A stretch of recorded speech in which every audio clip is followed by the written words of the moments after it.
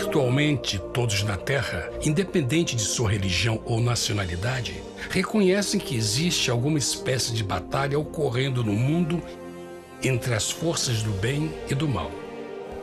Uma luta colossal entre a luz e as trevas, a verdade e o erro, a opressão e a liberdade, o bom e o mal, e finalmente, a vida e a morte. Qual é a história por trás deste evidente paradoxo? Muitas religiões, assim como a Bíblia, ensinam que além deste véu tridimensional do mundo físico que vemos, existe outro mundo espiritual que não podemos ver. Nesta realidade invisível ao nosso redor, se desencadeia uma batalha titânica entre o herói supremo e justo contra o vilão mais cruel e maligno. A grande pergunta é: quem são esses personagens e como e onde começou esta crise cósmica? Este é o maior mistério de todas as épocas e a história mais fascinante e verdadeira que jamais tem sido contada. Esta crise envolve cada pessoa sobre a Terra. Sim, cada pessoa.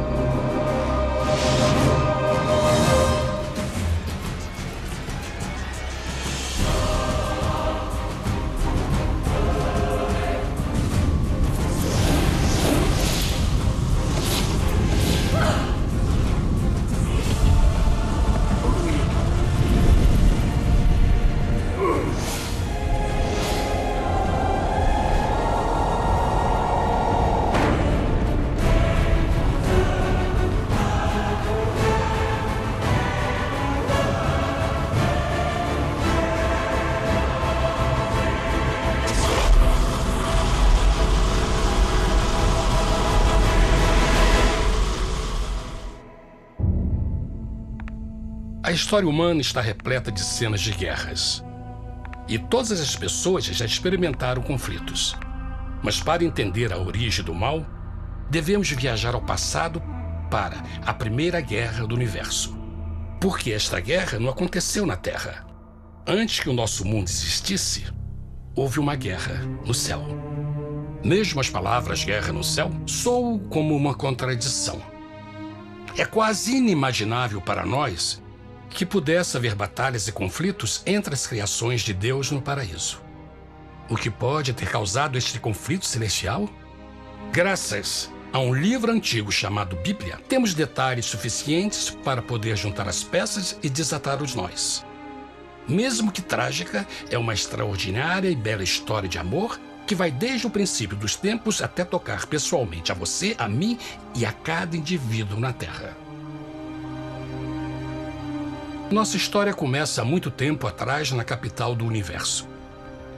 Em um lugar chamado Céu, que estava repleto de seres angelicais que amavam fazer a vontade de Deus.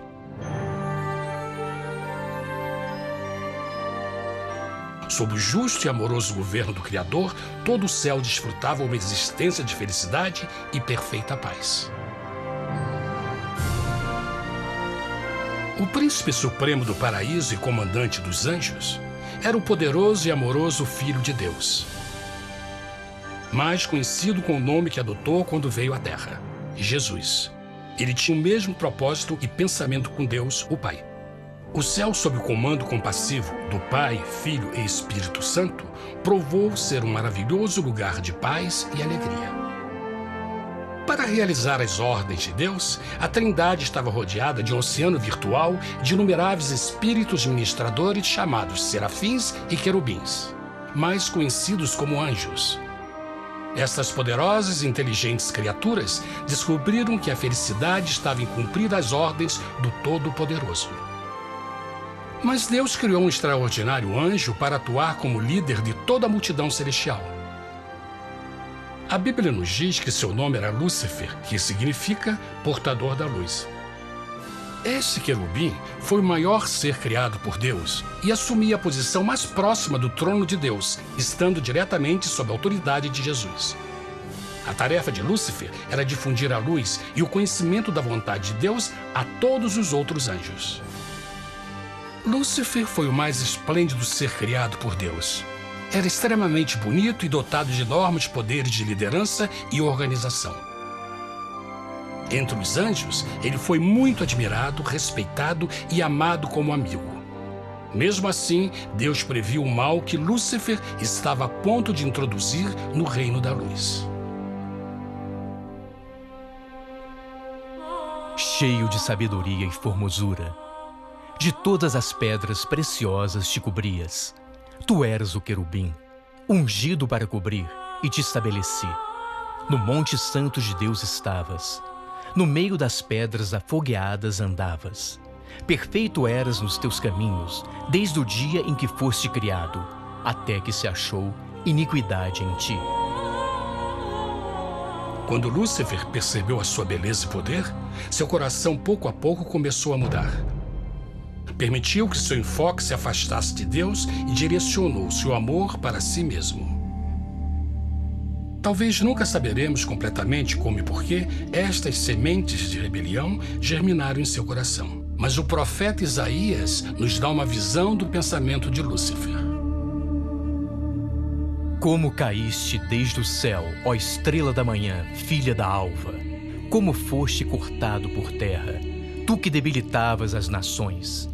E tu dizias no teu coração: eu subirei ao céu, acima das estrelas de Deus exaltarei o meu trono. Subirei sobre as alturas das nuvens e serei semelhante ao Altíssimo.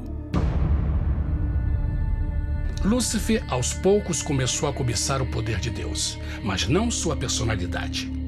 Ao pensar em suas próprias habilidades e belezas extraordinárias, os perversos tentáculos do orgulho e vaidade congelaram sua mente.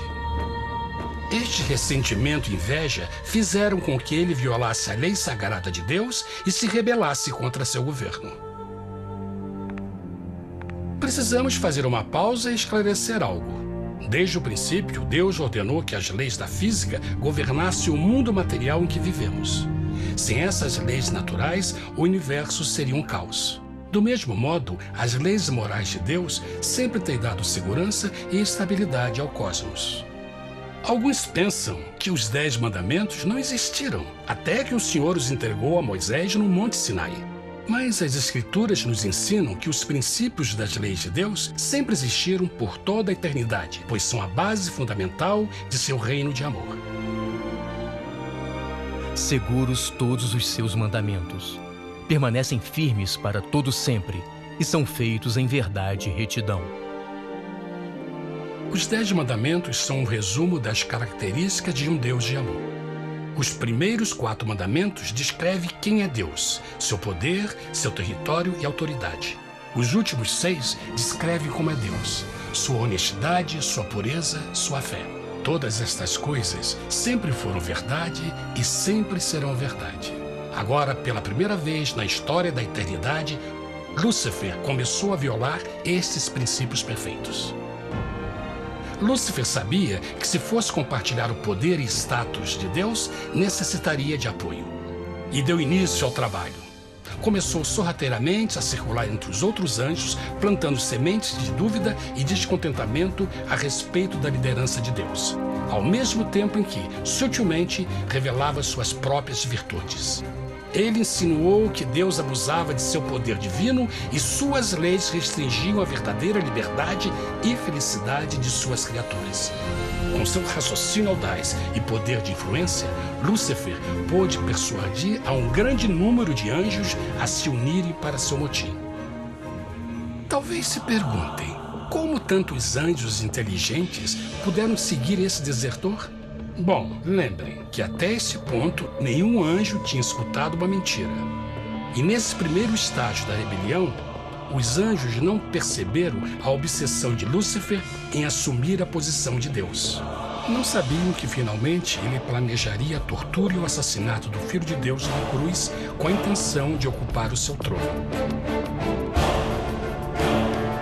Estranhamente, Lúcifer pensou que poderia ocultar seus verdadeiros propósitos de Deus. Ai dos que querem esconder profundamente o seu propósito do Senhor e fazem as suas obras às escuras e dizem: quem nos vê e quem nos conhece? Não pense nem por um momento que a rebelião de Lúcifer surpreendeu Deus e o pegou desprevenido. O Senhor sabe de todas as coisas e os pensamentos de suas criaturas. Ele entendia exatamente o que estava se passando pela mente de Lúcifer.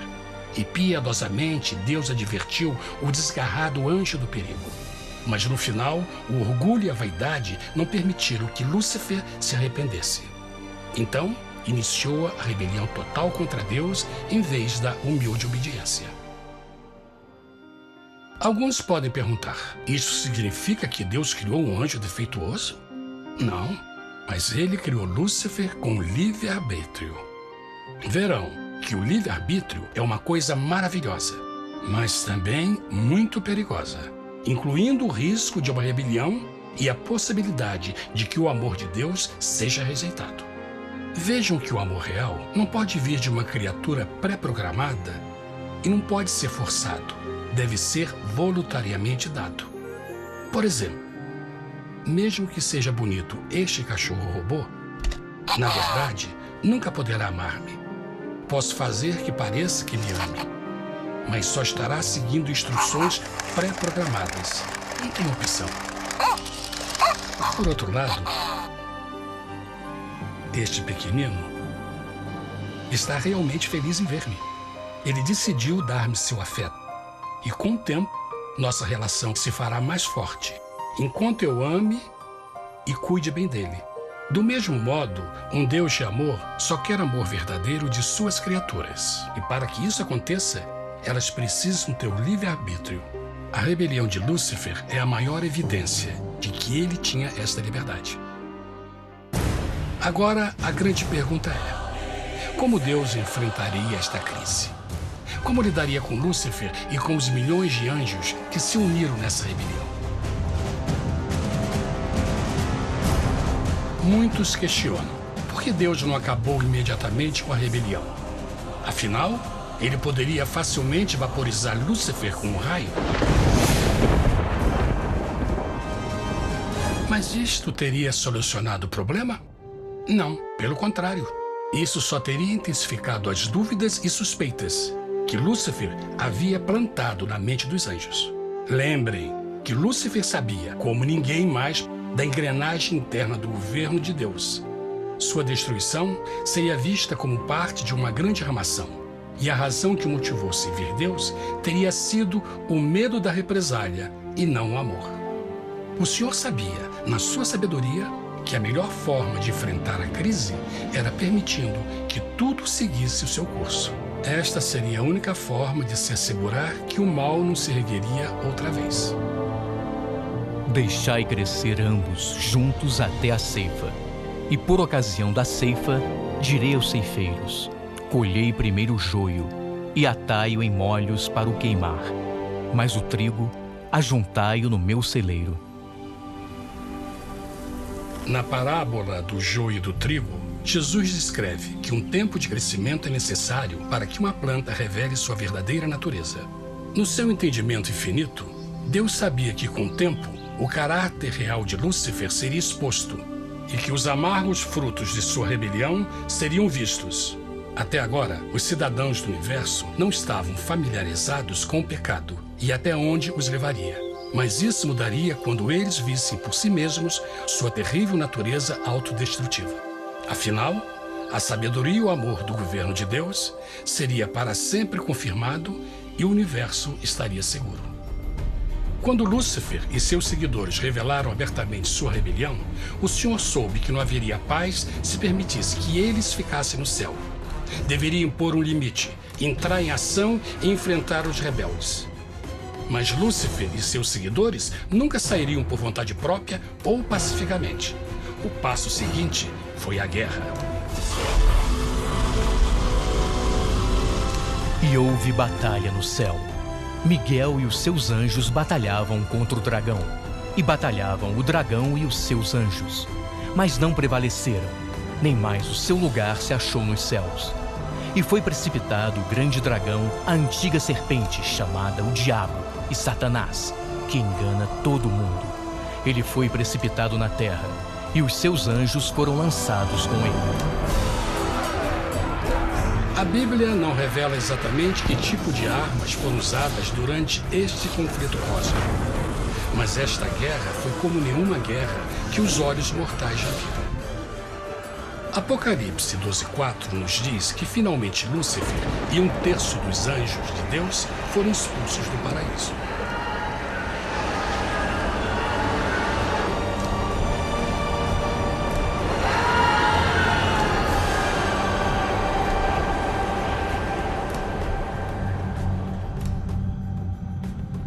Mas e agora? Lúcifer tinha milhões de anjos ao seu lado, mas precisava de um pedaço de chão para continuar sua rebelião. Rápido, muito rápido, o universo começou a entender o quão doloroso e caro o pecado poderia chegar a ser. Mas a guerra não tinha terminado, apenas começava.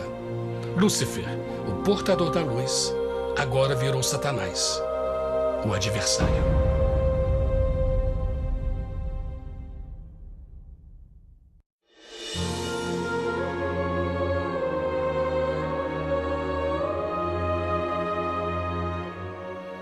Depois da guerra no céu, Satanás e seus anjos caídos foram expulsos da corte de glória. Por um tempo, o diabo e seus demônios vagaram pelo universo buscando inutilmente mundos que se compadeceram e se uniram à sua rebelião. Enquanto isto, o coração de Deus sentia intensamente o vazio que deixou a perda de Lúcifer e seus anjos. Então o Pai, o Filho e o Espírito Santo retomaram o seu trabalho favorito, o maravilhoso trabalho da criação. Decidiram fazer um mundo novo, pleno, com muita variedade e diversas criaturas de amor. Este novo mundo seria único, porque as criaturas principais seriam feitas à imagem de Deus. Para eles, o Senhor também daria o domínio deste planeta novo, que conhecemos como Terra. No princípio, Deus criou a terra. E viu Deus tudo quanto tinha feito, e eis que era muito bom. Que imagem maravilhosa! Deus forma um novo mundo, nosso planeta, Terra. E em cada maravilhoso dia da criação, algo novo e espetacular começa a fazer parte da cena.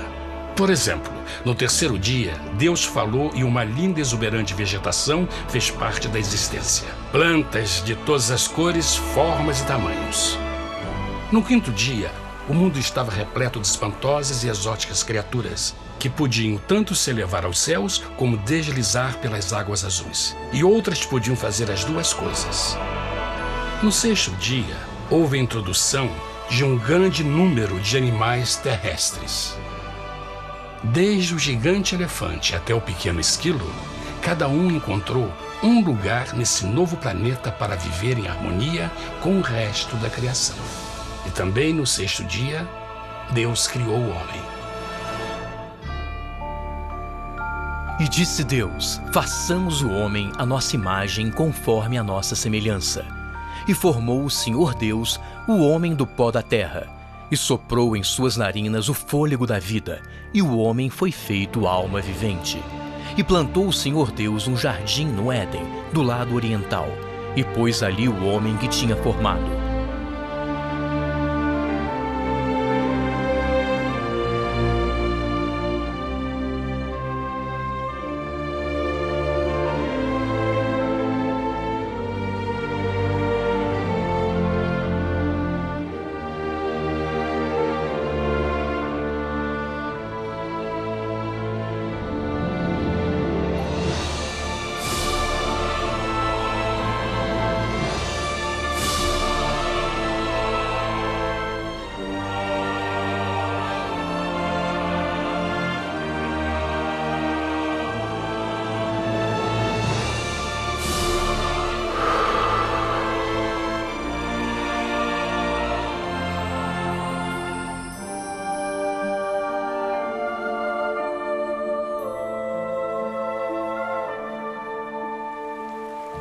Mas que grande honra ser criado à semelhança de Deus, ser um indivíduo com liberdade de pensamento.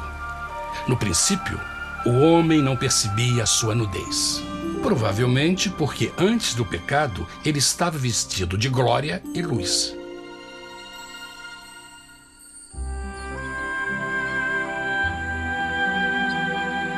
Deus também criou a companheira perfeita para Adão, sua bela esposa Eva.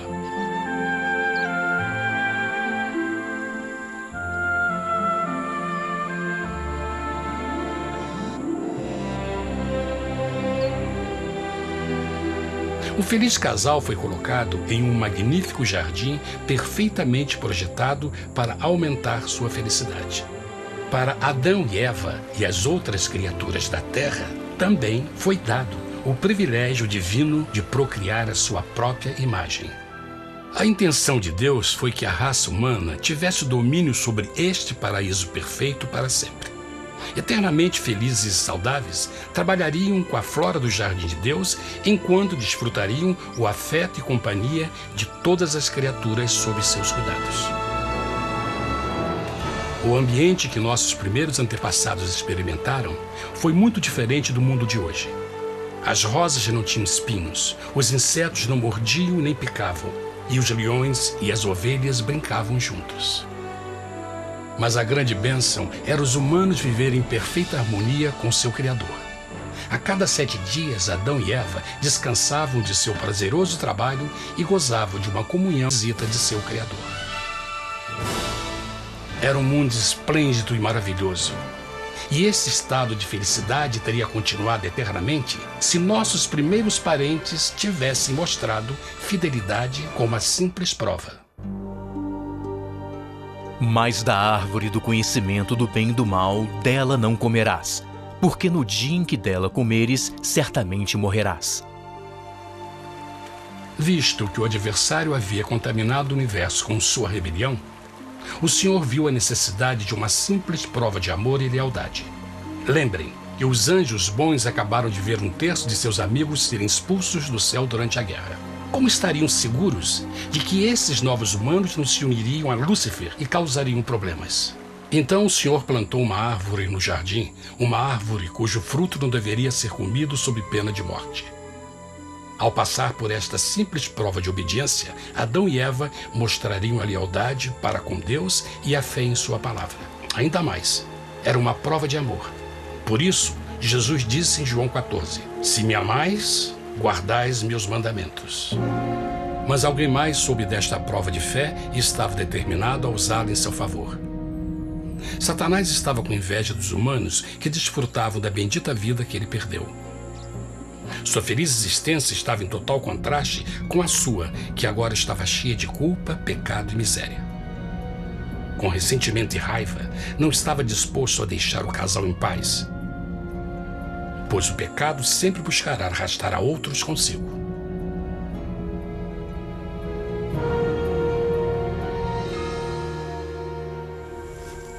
Então um dia, quando Eva estava concentrada em seu agradável trabalho, se viu sozinha e muito perto da árvore proibida. Foi quando Satanás viu sua oportunidade. Através de uma serpente hipnotizante, o anjo caído chamou Eva até a árvore e a envolveu em uma conversação.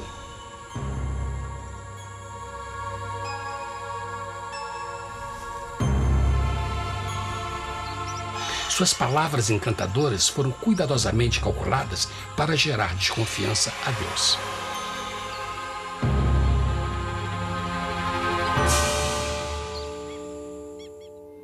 A serpente replicou à mulher, de modo algum morrereis. Deus sabe que no dia em que dele comerdes, vossos olhos se abrirão e sereis como Deus, conhecedores do bem e do mal.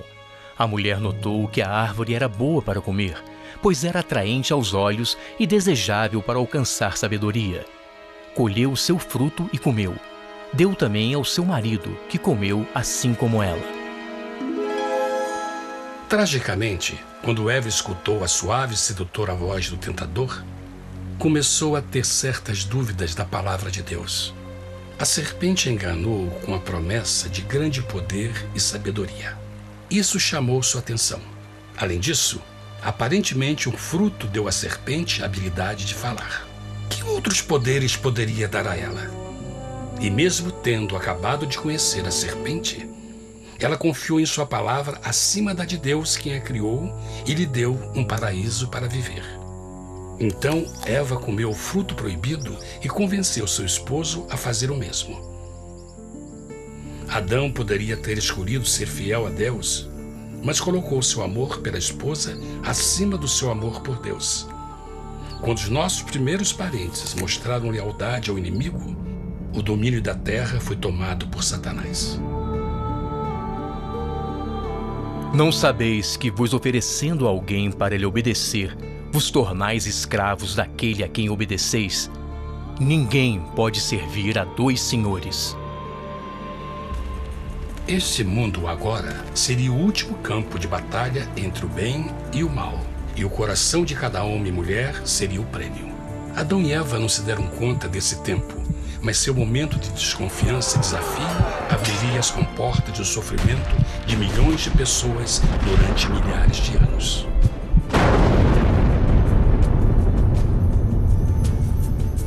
Portanto, como o pecado entrou no mundo por um homem, e por ele a morte, e assim a morte transmitiu-se a todos os homens naquele em quem todos pecaram. Nossos primeiros parentes logo enfrentaram o terrível resultado de seu pecado.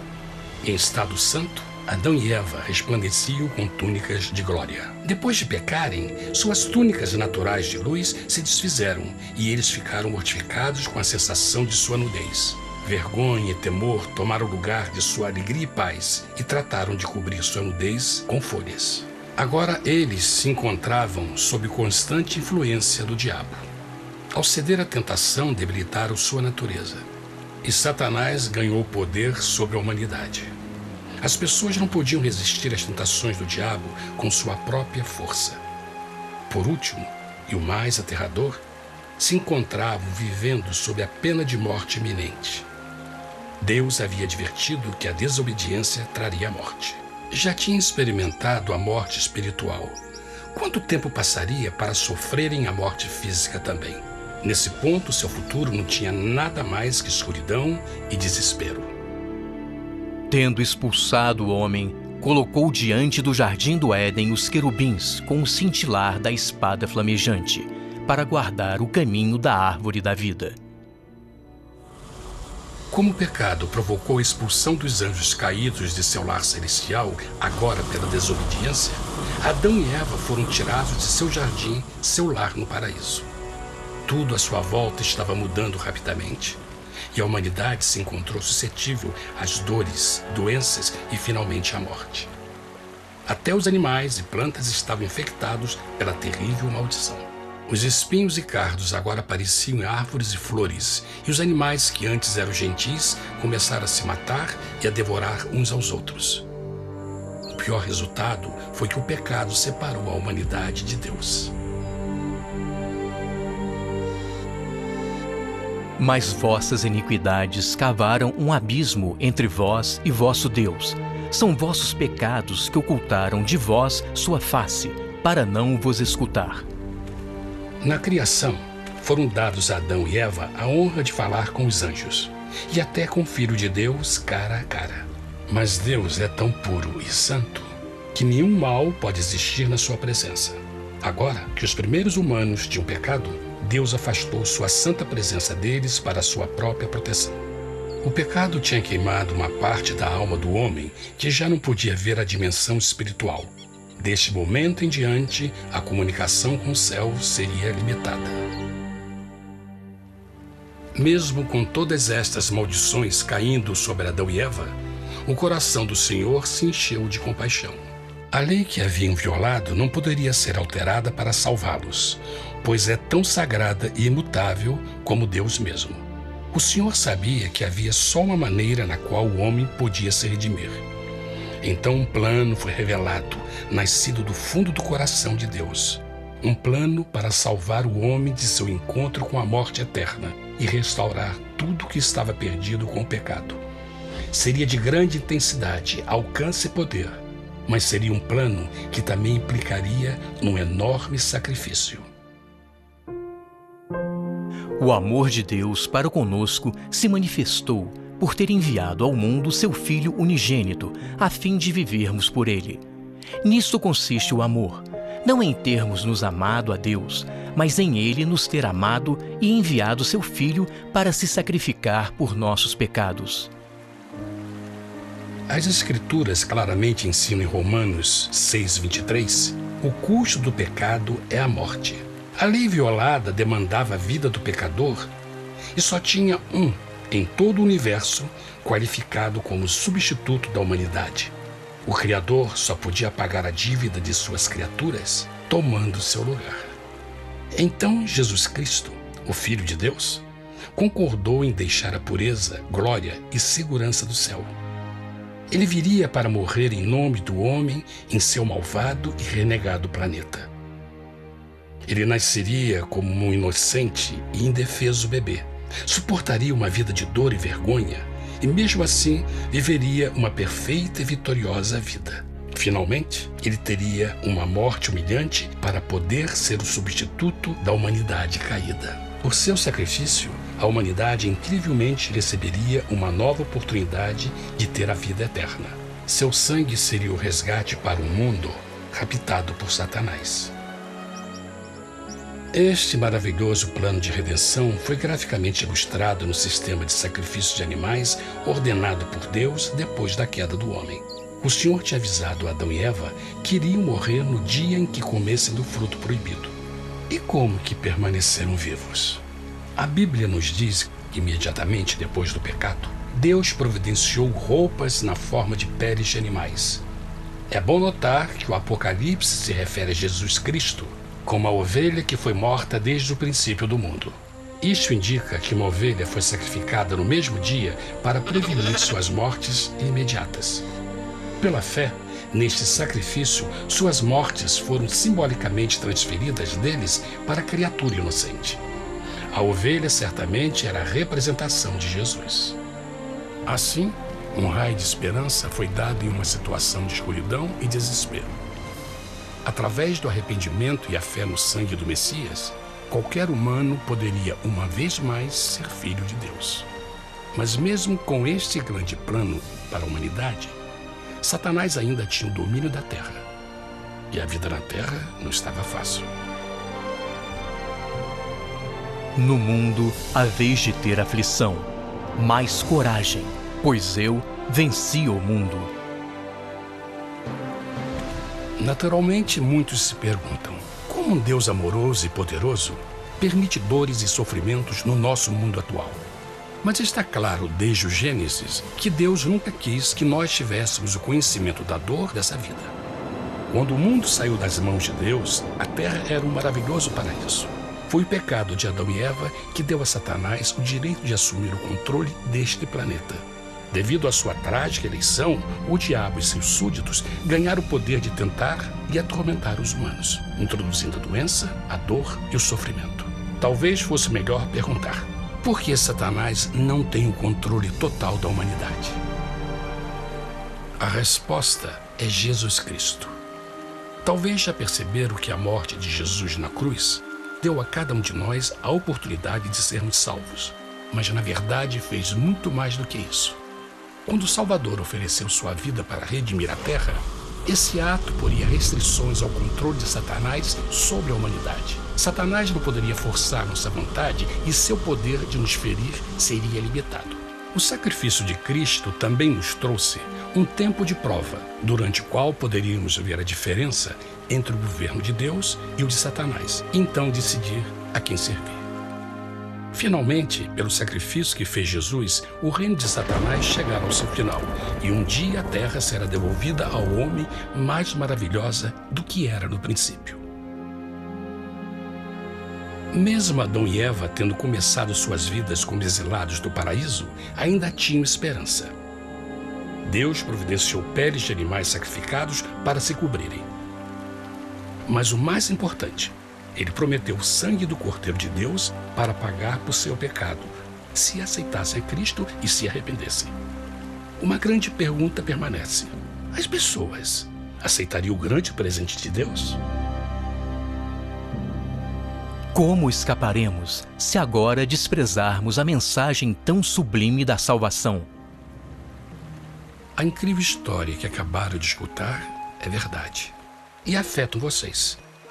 Pois, pelo desejo de Satanás de ser Deus e a desconfiança e desobediência de Adão e Eva, todos nós nos encontramos em uma situação perigosa. De um lado, a humanidade foi grandemente favorecida por Deus com uma segunda chance de recuperar nosso lugar no Éden.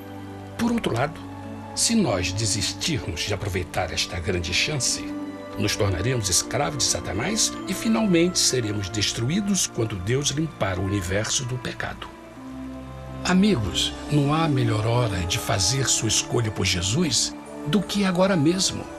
Nenhum de nós sabe quanto tempo mais teremos que viver nesta terra. Jesus nos tem mostrado grande interesse no seu bem-estar e seu amor por vocês o levou a providenciar uma maneira de escaparmos de uma futura destruição. Ele quer que você o aceite e se arrependa de seus pecados. Através de Cristo, pode encontrar o perdão para tornar-se como Ele em caráter. A triste notícia é que Satanás atua de todas as formas possíveis para evitar que aceite o presente da salvação de Deus. Devido à nossa rotina da vida, o amor ao dinheiro ou alguma outra distração fascinante, ele trabalha para manter a todos ocupados e afastados do que, na realidade, mais importa, sua salvação eterna. Para que entendam a realidade da situação e que se você não escolhe a Jesus por omissão, está escolhendo a Satanás. Mesmo que a terrível escolha de Adão e Eva nos traga morte e miséria, vocês agora podem tomar uma melhor decisão. Deus está oferecendo uma paz que satisfaz o anseio mais profundo de sua alma e uma alegria que não encontrará nas atribulações deste mundo. O desejo que tem o coração de Deus é que seja salvo e esteja com Ele no paraíso. Mas o único que pode mantê-lo fora do céu é você. Imagine a tragédia que seria se você recusasse este precioso presente. Você pode decidir hoje e aceitar a salvação que Deus prometeu. Na verdade, nesse momento, pode aceitar a vida eterna através de Jesus Cristo. Posso convidá-lo para que acompanhe agora mesmo em uma simples oração, aceitando sua maravilhosa oferta? Por favor, repita depois de mim. Querido Pai Celestial, venho a Ti agora e humildemente pedir Teu perdão. Senhor, confesso que sou um pecador e violei Tua santa lei. Entendo que a pena por esse pecado é a morte. Acredito que Jesus Cristo sofreu e morreu na cruz para receber o castigo por todos os nossos pecados. Acredito que Jesus ressuscitou e eu o aceito como meu Salvador pessoal. A partir deste momento em diante, Te dou o meu coração e eu o aceito como o Senhor da minha vida. Por favor, perdoa todos os meus pecados e envia Teu Espírito para ajudar-me a fazer a Tua vontade. Te agradeço por Teu grande amor e aceito Teu presente da vida eterna. E eu oro tudo isso em nome de Jesus. Amém.